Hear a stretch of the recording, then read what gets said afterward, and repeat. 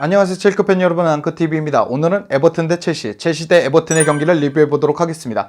첼시가 보기 좋게 완패를 해버리는 그런 경기였습니다. 어쨌건 PK 한 골만 내줬기는 했지만 경기적으로 하나씩 뜯어보자 그러면 안첼로티 감독은 준비한 대로 다 됐고 램파드 감독은 준비한 대로 다 안 됐습니다. 그런 모습이 왜 보여졌는지 한번 리뷰해보도록 하겠습니다.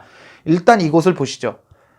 전체적으로 보면 말도 안 되게 첼시가 압도한 경기예요. 패스 숫자나 점유율은 거의 8대2 수준이잖아요.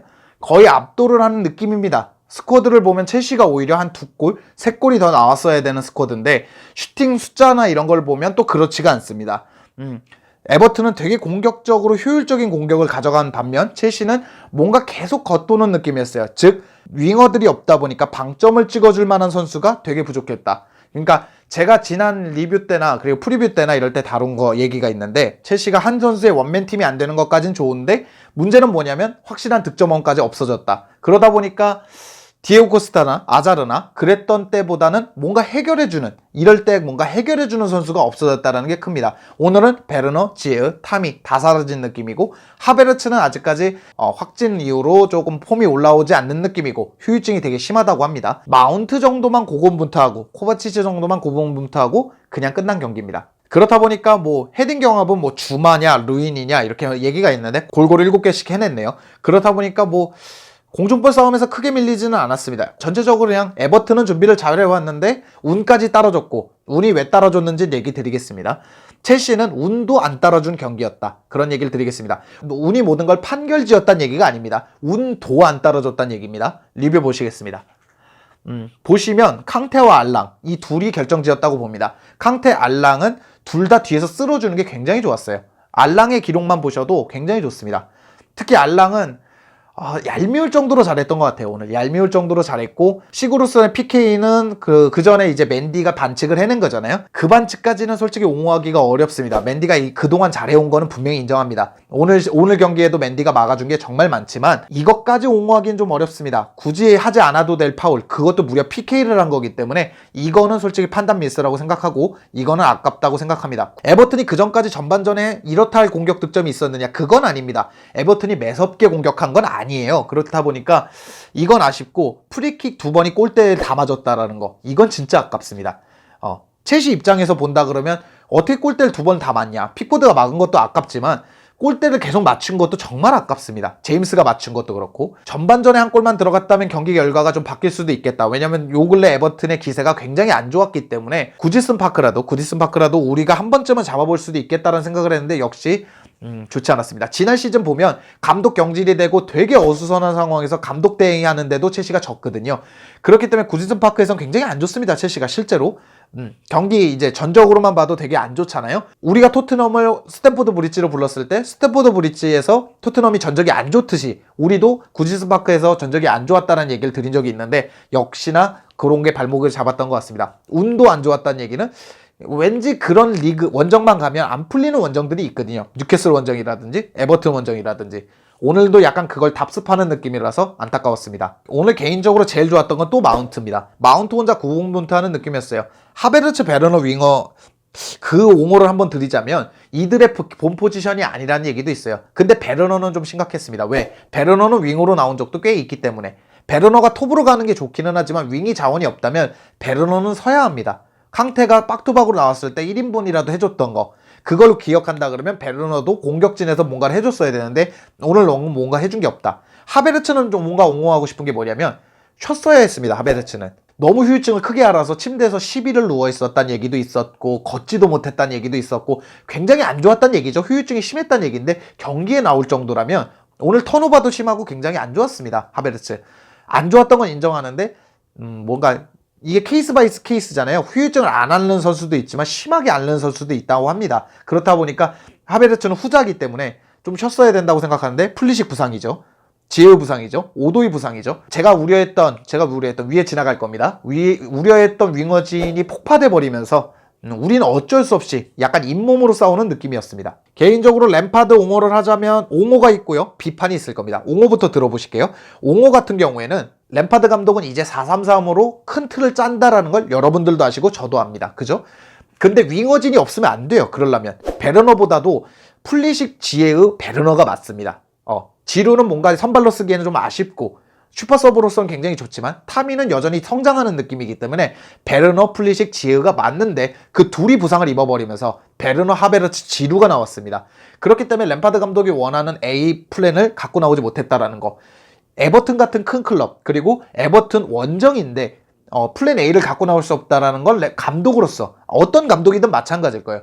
손흥민 선수와 케인이 없는 토트넘 어렵잖아요. 마누라 라인이 없는 리버풀 어렵잖아요. 이런 식으로 자신의 플랜 A를 갖고 나올 수 없다는 건 감독한테는 치명적이긴 합니다. 하지만 비판을 해보자면 램파드 감독은 아직까지 초보 감독이기 때문에 플랜 B가 명확하지 않습니다. 4-2-2-2 비슷하게 사용했습니다. 여전히 스위칭을 가져가기 때문에 정확하진 않지만 투톱을 세우고 2-2-2로 세웠단 말이에요. 근데 램파드 감독은 플랜 B가 적은 느낌이에요. 클롭 감독은 물론 비교 자체가 안 되는 건 사실입니다. 램파드 감독이 떨어진다는 게 아니라 클롭이 워낙에 명장인 건 사실이지만 클롭 감독을 좀 비교해보자면 이가 없으면 잇몸으로 버티는 느낌이거든요. 그렇게 꾸역꾸역 승리해 나가는 느낌이라면 램파드 감독은 아직까지 플랜 A가 무너지면 B가 없는 느낌인 건 사실입니다. 우리 감독을 옹호할 건 옹호해야지만 비판할 건 비판해야 되거든요. 확실히 램파드 감독의 플랜 B가 빠르게 이거는 근데 시간이 필요해요. 감독으로서 경험이 쌓여야 됩니다. 안첼로티 감독을 보시면 알 수 있잖아요. 하메스가 없고 디뉴가 없습니다. 그러니까 확실히 에버튼은 오늘 한 골 넣고 걸어 잠그자. PK 나오니까 땡큐죠. 딱 PK 넣고 걸어 잠그지 않습니까? 고메스 나오고 데이비스 나오고 확실히 내려앉는 느낌이잖아요. 킨도 오늘 좋았고. 그러다 보니까 첼시가 준비해 올 수 있는 카드는 정말 운이 없게 계속 안 맞고, 근데 에버튼도 어떻게 보면은 선수진이 많이 붕괴된 거잖아요. 하메스라는 초반 시즌에 돌풍을 일으켰던 선수, 부동의 풀백이죠. 디뉴가 없다라는 거. 그럼에도 불구하고 에버튼은 플랜 B로 잡아냈습니다, 첼시를. 그게 안첼로티 감독과 램파드 감독. 제가 입중계할 때 이런 얘기를 했어요. 사제 대결이다. 무리뉴 감독과 램파드와는 또 다른 사제 대결이라 그러는데 역시 청출어람을 하려면 시간이 필요하겠구나, 이런 생각까지 해봤습니다. 하지만 개인적으로 드릴 말씀은요, 리그에서 얼마나 중요한데 앙크 너는 어떻게 한 경기 졌다고 그렇게 일희일비 하지 말라 이렇게 얘기를 하냐 하는데, 리그는 되게 길게 봐야 됩니다. 저는 올 시즌만 보지도 않아요. 다음 시즌까지 봅니다. 저는 시즌 전부터 눈에 들였던 말씀이 올 시즌은 1위를 위협하는 2위가 됐으면 좋겠고 내 참에 1위까지 했으면 좋겠다. 당연한 마음이겠죠. 하지만 올 시즌은 처음 영입들이 된 선수가 8명입니다. 음보안바, 말랑사르 뺄게요. 빼더라도 맨디, 치렐, 티아고 실바, 지에으, 베르너, 하베르츠, 이 선수들이 영입돼서 첫 시즌을 보내고 있는 거예요. 그죠? 그렇기 때문에 벌써 첼시가 뭔가를 보여주기는 어렵습니다. 리버풀이 이때까지 올라오는데, 맨시티한테 정말 아깝게 리그 실패할 때도 이미 리버풀은 갖춰진 팀이었어요. 다음 시즌에 우승했잖아요. 그렇기 때문에 시간이 좀 필요합니다. 콘테 감독 시절처럼 한 방에 우승하는 일은 그렇게 없어요. 생각보다. 램파드 감독이 아직까지는 그런 명장까지도 아니고요. 무리뉴 감독이나 콘테 감독처럼 오자마자 팀을 개편할 수 있는 감독의 역량은 아직 부족합니다. 램파드 감독의 거는 기대와 별개로요. 그렇기 때문에 여러분들이 화납니다. 이것도 못해보고 저것도 못해보고 패배하는 거 얼마나 화나겠습니까? 첼시 팬인데 저도. 너무 화나지만 그래도 한 경기, 이제까지 우리가 9월 리버풀 패배 이후로는 첫 패배입니다. 오늘이 12월 13일입니다. 첫 패배예요. 그러니까 9월에 패배 있고 오늘이 첫 패배니까 저는 첼시가 잘해왔다고 생각을 합니다. 여러분들이 느끼시기엔 무승부도 많았는데 이런 경기는 별로였는데 하실 수 있겠지만 저는 잘해왔다고 생각을 하고 있습니다. 램파드 감독이 이가 없으면 잇몸으로, 한동안 부상으로 완전히 내려앉을 때도 있었는데 이가 없으면 잇몸으로 버텨냈거든요. 그렇기 때문에 램파드 감독의 역량이 아쉬운 건 사실입니다. 저도. 근데 부족하다고 생각하지도 않고요. 성장하고 있고. 오늘 경기는 정말 못했어요. 오늘 경기는 정말 못했지만 전체적으로 이렇게 첼시를 보다면 그렇게 못 보내는 리그 시즌이라고 보지 않습니다. 영입 많이 했다가 실패하는 팀 많습니다. 생각보다. 그렇기 때문에 여러분들이 화는 나실 수 있어요.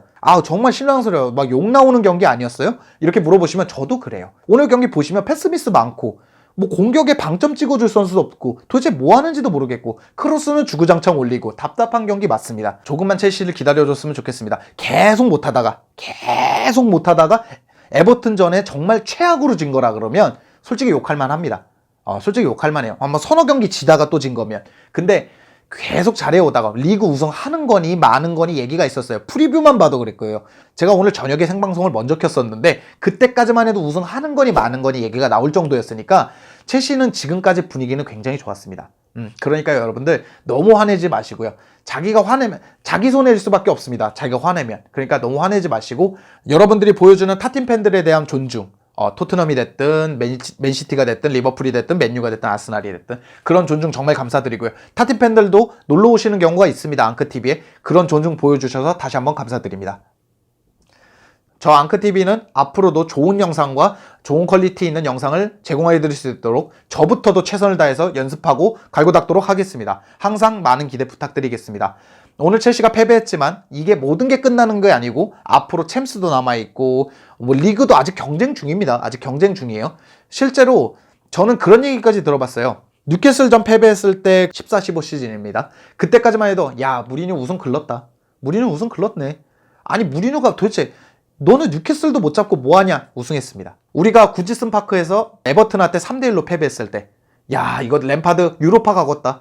이거 망했다. 4위 했습니다. 그것만 봐도 시즌은 끝까지 봐봐야 합니다. 여러분들의 그런 조금만 인내해 주시는 모습을 저는 기대하겠습니다.